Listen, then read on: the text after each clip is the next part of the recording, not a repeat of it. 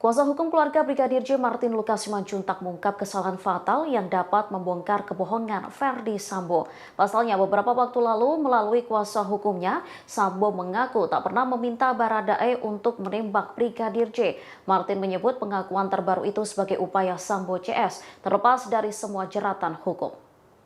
Hal ini diungkapkan Martin saat berada di Sungai Bahar Jambi pada Sabtu 15 Oktober 2022.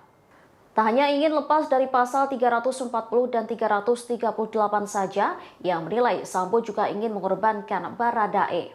Disebutnya bahwa Sambo dulu pernah membuat pengakuan kepada Lembaga Perlindungan Saksi dan Korban atau LPSK bahwa ia mengaku telah mendalangi pembunuhan Brigadir J. Akan tetapi pengakuannya tersebut kini berbanding terbalik dari sebelumnya. Martin lantas menantang pihak Sambo apakah berani melaporkan pihak LPSK atau tidak apabila pernyataan yang diris itu adalah kesalahan.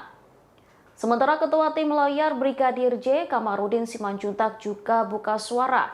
Kamarudin mengaku tak terkejut akan upaya Sambo ingin meloloskan diri dari jeratan hukum berat kasus pembunuhan berencana. Meski demikian, Kamarudin tegas mengatakan bahwa pihaknya tak akan tinggal diam. Pasalnya selama ini mereka berhasil mematahkan semua narasi bohong Verdi Sambo.